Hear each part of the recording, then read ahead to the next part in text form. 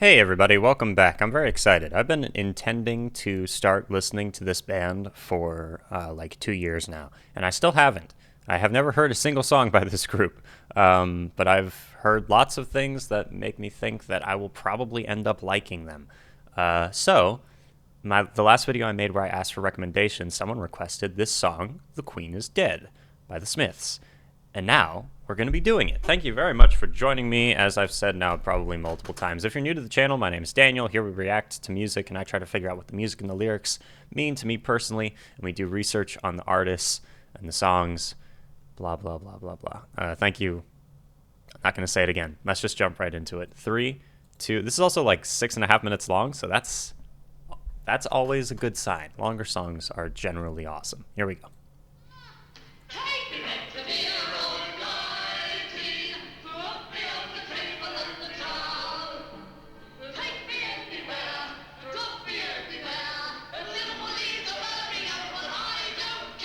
I love it. I'm done. Bye.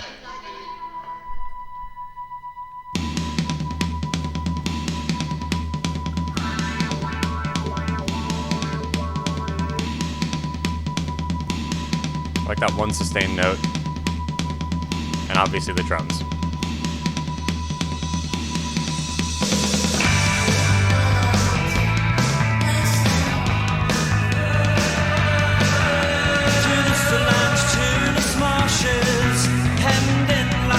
Between arches, her very lowness with her head in a sling. I'm truly sorry, but it sounds like a wonderful thing. I say, Charles, don't you ever crave to appear on the front of the Daily Mail, dressed in your mother's bridal veil?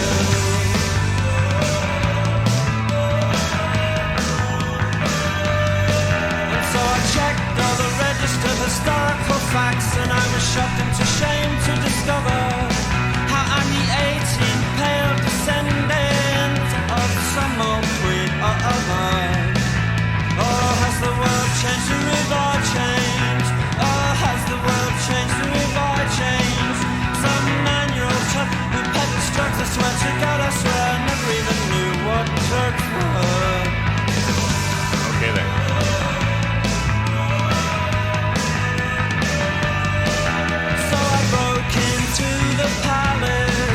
With a sponge and a rusty spanner, she said, I know you and you cannot sing. I said, that's nothing, you should hear me play piano.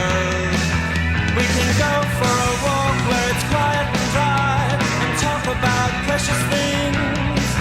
But when you're tied to your mother's apron, no one talks about frustration.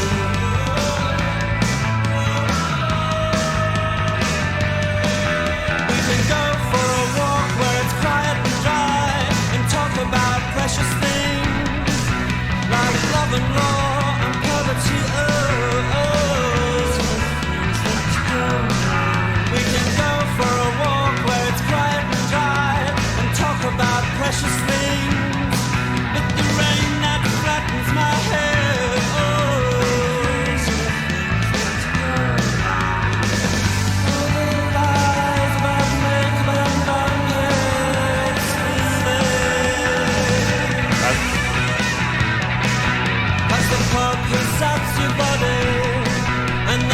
She'll snatch your money. The queen is dead, boys, and it's so lonely on a limb. That's the pub that breaks your body, and the church, all they want is your money. The queen is dead, boys. All right, let me bring it back a little bit. I love it so far. I love the driving force of it. I love the atmosphere of it. I love the almost manic vocal, not manic, but like I like the vocal delivery. It's very, it's cool. I can't find the right words right now. Kind of just want to keep listening to it, so that's what we're gonna do. Let's keep going. And the church, all they want is your money. All they want is your money. Dead boys, and it's so lonely on a limb.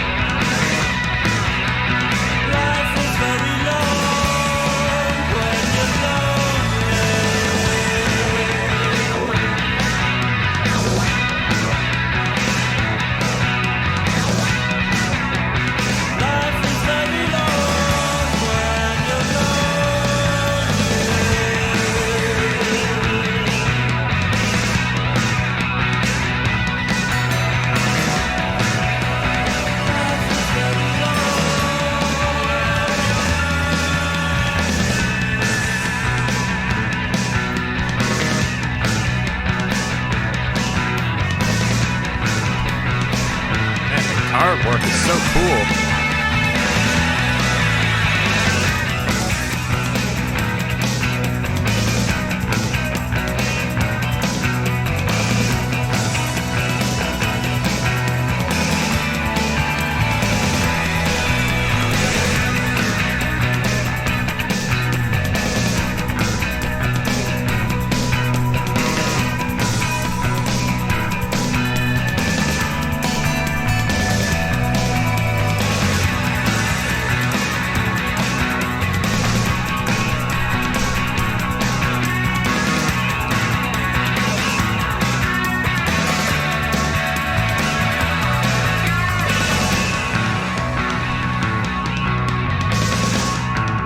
Bass is awesome too.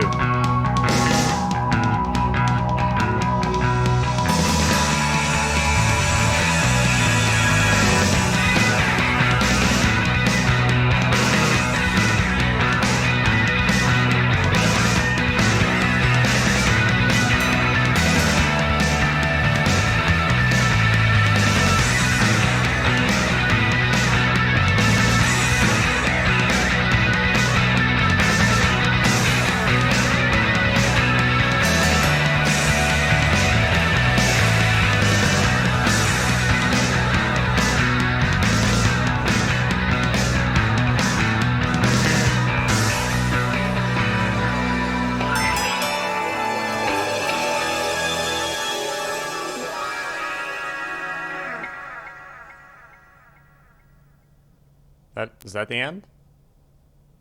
What was that last little? Huh. Hey, is that the music video for Concord? It is nice. All right. Wow. Okay. What can I say? That was awesome. So yeah, went into it with kind of high expectations, and they were met. Honestly, the intro to the song when the drums come in is amazing. Yep. How this band works is one of the driving forces behind the music. Everyone in the band brings something completely different and unique to the table. To music forever after this, Morrissey sings like a rebellious operatic frog with a sense of humor and vocabulary to match. Unmatched. Marr's jangle-style guitar playing and ability to legitimately build spirals and landscapes around the song. Rourke and Joyce are the most underrated rhythmic section in music bar none. They understand every song and make sure Marr has something to wrap around at every corner. They all sound like they're being hurtled at lightning speed in different directions in this track. I don't know how they did this in the studio, but when Moz's vocals kick in on good headphones, it sounds like you're circling him while he sings in the center. Swirling drums, a bass line that hits every necessary note to deliver intelligence, aggression, and still you can dance to it. These guys were the best of the 80s. I love that comment. Okay. This song will be becoming relevant soon. As Marr said, the bass playing is magical on this record. It's the only time I've heard Marr compliment anyone. He's right about the bass playing.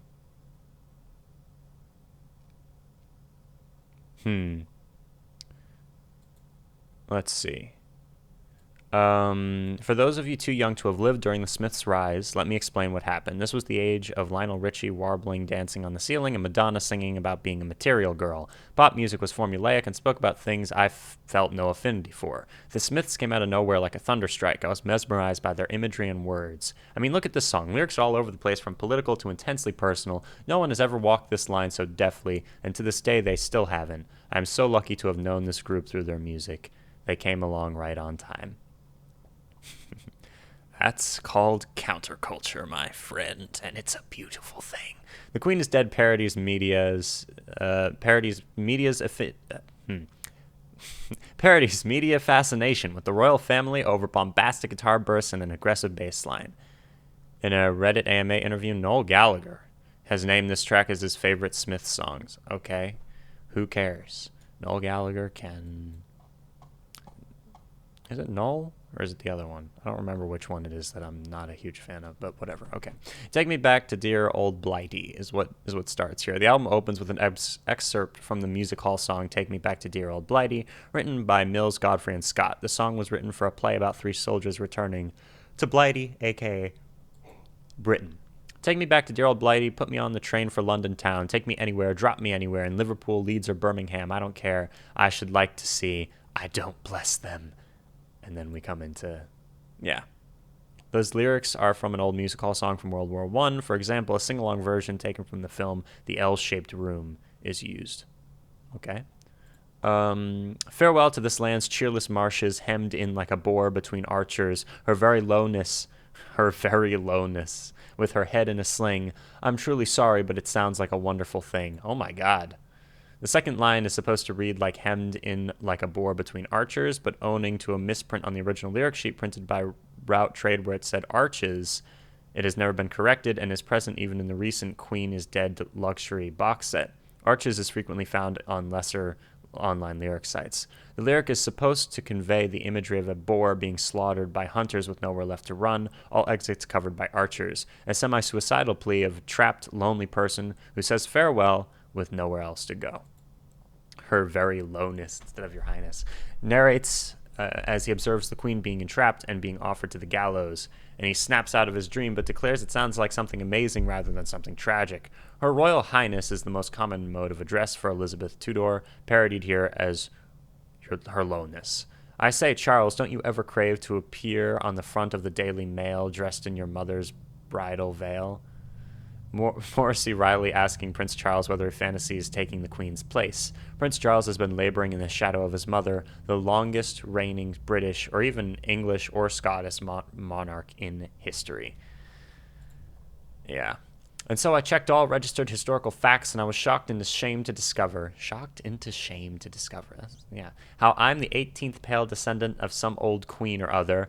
Oh, has the world changed, or have I changed? Has the world changed, or have I changed? Some 9-year-old tough who peddles drugs. I swear to God, I swear I never even knew what drugs were.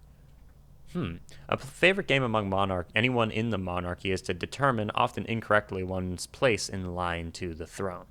From random people noting how they are only 256 people away from rule to the prince, that everyone knows the game is a giant joke. The Smiths picked up on it, turning it into not into a celebration of regal blood, but a shaming of the monarchy that produced it.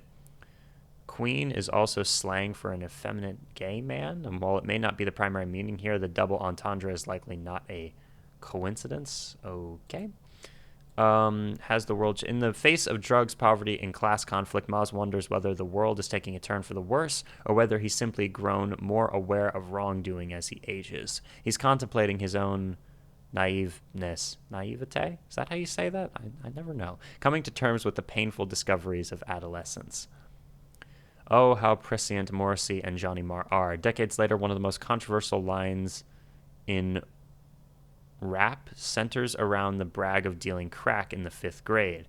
While they lamented the changing of morals during the Thatcher era in Britain coinciding with America's Reagan era, the rise of drugs brought about governmental and societal changes. Thatcher sought to decrease the amount of HIV infections from needles, all the while inevitably exposing millions of British youth to the sad reality that drugs were out there. Morrissey is undermining his professed uncertainty as disingenuous by comparing it to a 9-year-old tough faking the ignorance of drugs. The idea that children are peddling drugs is itself an answer to the question. Yes, the world has changed. Anyone who pretends otherwise is as disingenuous as the drug peddling kid faking ignorance. Morrissey deliberately allows his voice to crack when saying, I never even knew what drugs were. I noticed that. He does this to imitate the voice of the 9-year-old tough who's being questioned by a police officer. I like that. I didn't hear exactly what he said in that part. So I broke into the palace with a sponge and a rusty spanner, and she said, I know you, and you cannot sing. And I said, that's nothing. You should hear me play the piano. We can go for a walk where it's quiet and dry and talk about precious things. But when you are tied to your mother's spoon, no one talks about castration. Holy cow. In 1982, shortly before this album was released, a man named Michael Fagan broke into Buckingham Palace and actually found his way into her lowness's bedroom and sat on her bed talking to her for about 10 minutes before the alarm was raised. This line is mocking the lack of security at the palace, just another sign of the declining importance of the monarchy in Britain. Also, you cannot sing, you should hear me play the piano, is a joke that's at least as old as vaudeville. There's something lovely and corny about it. A reference to Lewis Carroll's The Walrus and the Carpenter. Na, na, na, na, na. All right, where the walrus offers the oysters a chance to walk with him and later to talk of many things: shoes and ships and sealing wax, cabbages and kings, and why the sea is boiling hot, and whether pigs have wings. The aristocratic walrus attempts to coax the oysters onto the beach so he can take it. That opened up a memory, wow, of both the book and the animated movie. Anyway, advantage of them similar to the monarchy of Britain. Here, however, the roles are reversed, with Morrissey as the walrus and the British royalty as the oysters. Also, somewhere that's quiet and dry, two words rarely used to describe England.